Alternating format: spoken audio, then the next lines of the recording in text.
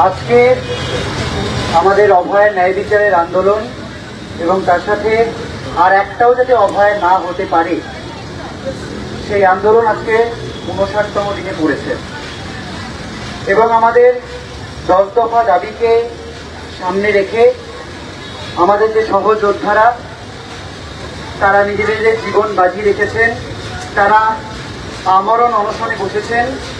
তার ৪৮ ঘন্টা পেরোলো এই ৮:৩০টার সময়। গত পরশুদিন রাত ৮:৩০টা থেকে সাথীরা আমরণ অনশনে বসেছেন। দুদিন কাটলো, রক্তে শর্করার পরিমাণ কমছে, শারীরিক দুর্বলতা বাড়ছে, কিন্তু মানসিক যে জোর তা তাদের অটুট।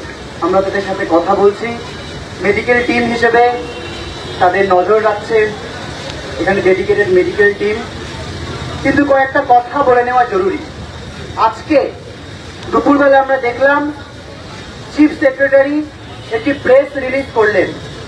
সেই প্রেস রিলিজ করে বললেন আমাদের যে সব দাবি, সেই দাবি নাকি আস্তে আস্তে মেনে নেওয়া হচ্ছে, মেনে নেওয়া হবে, তাদের সদিচ্ছা আছে, এরকম একটা বক্তব্য তারা বলতে চাইছেন। আমরা বলছি এই সদিচ্ছা যদি আছে তাহলে আমাদের যে ১০ দফা দাবি, এগুলো বড় দাবি তো একটাও নয়। আপনারা সবাই দেখেছেন, সব প্রত্যেকে দেখেছেন, এই দাবিগুলো একটাও কোনো বড় দাবি নয়। একটা দাবিও বড় কোনো দাবি নয়। চাইলে সরকার একদিনের মধ্যে বিভিন্ন নোটিশ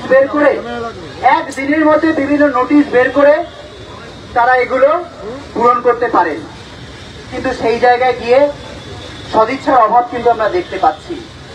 আর একটাও অভয় যাতে না হয়, ভয়ের রাজনীতি, থ্রেট কালচার যাতে দূরীভূত হয়, সেফটি সিকিউরিটির দিকে যাতে প্রত্যেকটা মানুষ রোগী স্বার্থ, রোগীর পরিষেবা যাতে ব্যাহত না হয় এবং রোগী স্বার্থে আমরা যে দাবিগুলো করেছিলাম সেগুলো যাতে থাকে, সেই দাবিগুলো কিন্তু এখনো কোনো অগ্রগতি ঘটছে না। বারবার বলা হচ্ছে যে সময় লাগবে। হ্যাঁ, আমরা জানি সময় লাগবে, কিন্তু আমরা কি চাইছি? আমরা কিছু ডিরেক্টিভ চাইছি, আমরা চাইছি একটা সদিচ্ছা।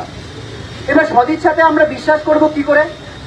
আমরা আগামীকাল কর্মসূচি হিসেবে বলেছিলাম যে আমাদের যে সহযোদ্ধারা, তাদের সাথে বাকি আমরা যারা জুনিয়র ডাক্তার, সিনিয়র ডাক্তার, সাধারণ মানুষ, আমরা সকাল ৯টা থেকে রাত ৯টা একটা প্রতীকী অনশন আমরা বসবো। এখানে অবস্থান মঞ্চ বা অনশন মঞ্চে বসবো, নিজের নিজের বাড়িতে, নিজের নিজের জায়গায়, নিজের নিজের হাসপাতালে, নিজের প্রোটেস্ট মঞ্চে, সেখানেও বসবো। সাধারণ মানুষও সংহতিতে আমাদের পাশে আসুন। কালকে বিকেলে একটি মিছিল আছে, তাতেও আমরা যোগদান করার কথা বলেছিলাম। অথচ আমরা কি দেখলাম আজকে এখানে যখন কালকে আমরা যে প্রতীকী অনশনে বসবো বাকিরা, তার জন্য এখানে বাস, একটি স্ট্রাকচার এবং কিছু খাট আনার জন্য একটি ভ্যানে করে আনা হচ্ছিল। ঠিক তখন আমরা দেখলাম বউবাজার থানা থেকে সেই ভ্যানগুলো সিজ করা হলো, খাট সহ। এই মুহূর্তে আমাদের জুনিয়র ডাক্তার বন্ধুরা ওখানে গিয়েছেন সেইগুলো ছাড়িয়ে আনার জন্য। গরিব ভ্যানওয়ালা, তাদের কি দোষ? একদিকে মুখে বলা হচ্ছে যে তাদের সদিচ্ছা রয়েছে, একদিকে মুখে বলা হচ্ছে নাকি সরকারের সদিচ্ছা রয়েছে, আর অন্যদিকে দেখছি যে সামান্য স্ট্রাকচার তৈরি করার জন্য কালকে আমরা প্রতীকী অনশনে বসবো। আমরা দেখেছি বায়ো টয়লেট আনা নিয়ে কিভাবে পুলিশি হেকেল করা হয়েছে আমাদের।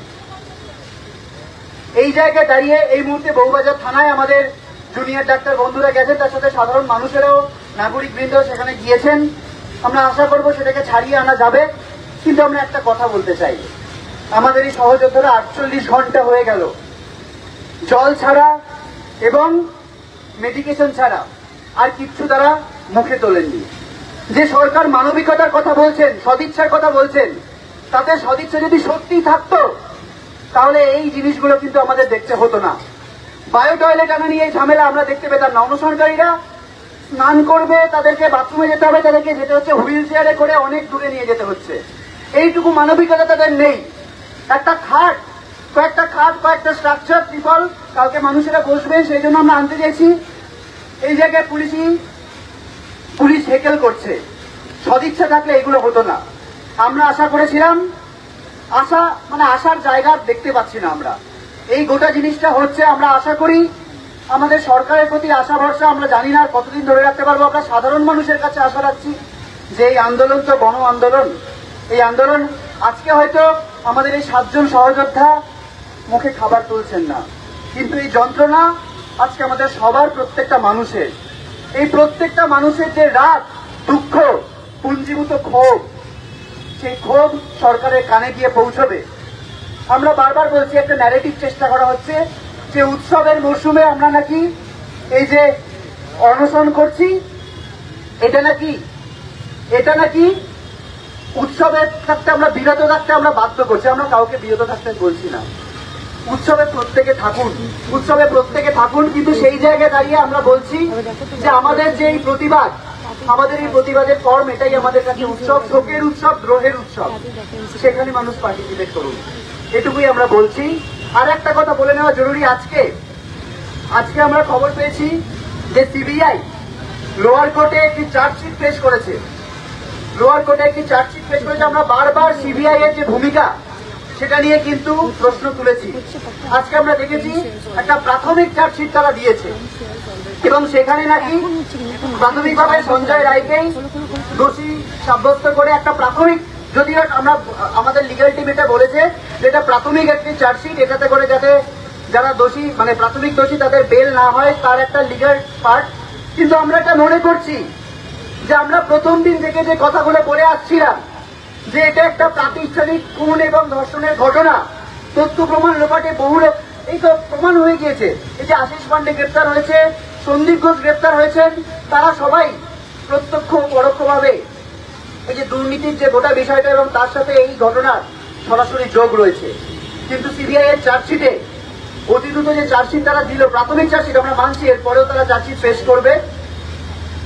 58 দিন লাগলো তাদের এই চার্জশিট দিতে। সেই চার্জশিটে যে জিনিস দেওয়া হলো, আমরা কিন্তু নজর রাখবো এর ওপরেও, কোনোভাবেই যাতে আমাদের এই আন্দোলন বিফলে না যায়, আমরা কিন্তু নজর রাখবো। ঠিক যেমন আমরা রাজ্য প্রশাসনের কাছে দাবি দেওয়া নিয়ে আজকে আমাদের সহযোদ্ধারা আমরণ অনশনে রয়েছেন, আমরা কাল প্রতীকী অনশনে বসবো, ঠিক তেমনি সিবিআই এর প্রতিও কিন্তু আমাদের হুঁশিয়ারি থাকবে এভাবে। এবং হেলথ সেক্রেটারি এবং যে হেলথ সেক্রেটারি, সিবিআই এর প্রতিও আমাদের নজর থাকবে। এবং আজকে আমরা দেখেছি সিএস এর যে বৈঠক হচ্ছে, তার পাশে প্রিন্সিপাল হেলথ সেক্রেটারি দাঁড়িয়ে যে প্রিন্সিপাল হেলথ সেক্রেটারির দায় নিয়ে আমরা অপসারণ চেয়েছিলাম, তিনি দেখলাম সেই বৈঠকে পাশে দাঁড়িয়ে রয়েছেন। তো মূলত সদিচ্ছা কোনো জায়গাতেই আমরা দেখতে পাচ্ছি না, না রাজ্য সরকারের পক্ষে।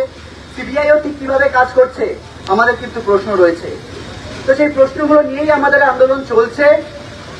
একটা কথাই শুধু বলতে চাইব, বারবার সাধারণ গণমানুষ, নাগরিকরা, যারা শুভবুদ্ধি সম্পন্ন মানুষ পাশে রয়েছেন, এই যে 48 ঘন্টা হয়ে গেল, আমাদের সহযোদ্ধারা জল ছাড়া মুখে কিছু দিতে পারছেন না।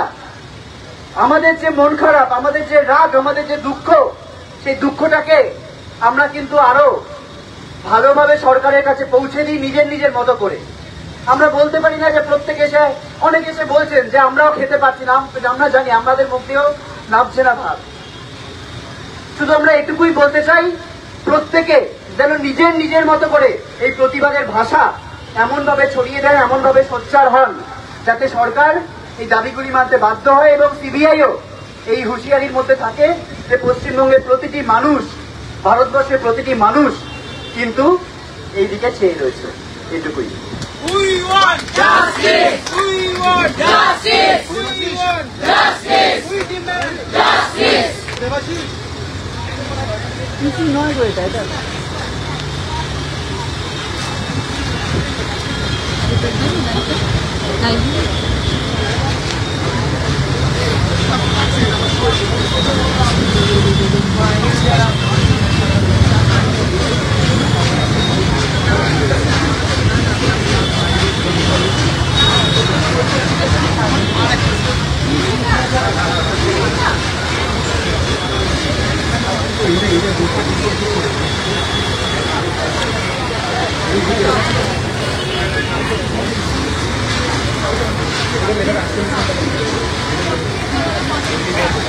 ওটা অ্যাপ করতে হবে,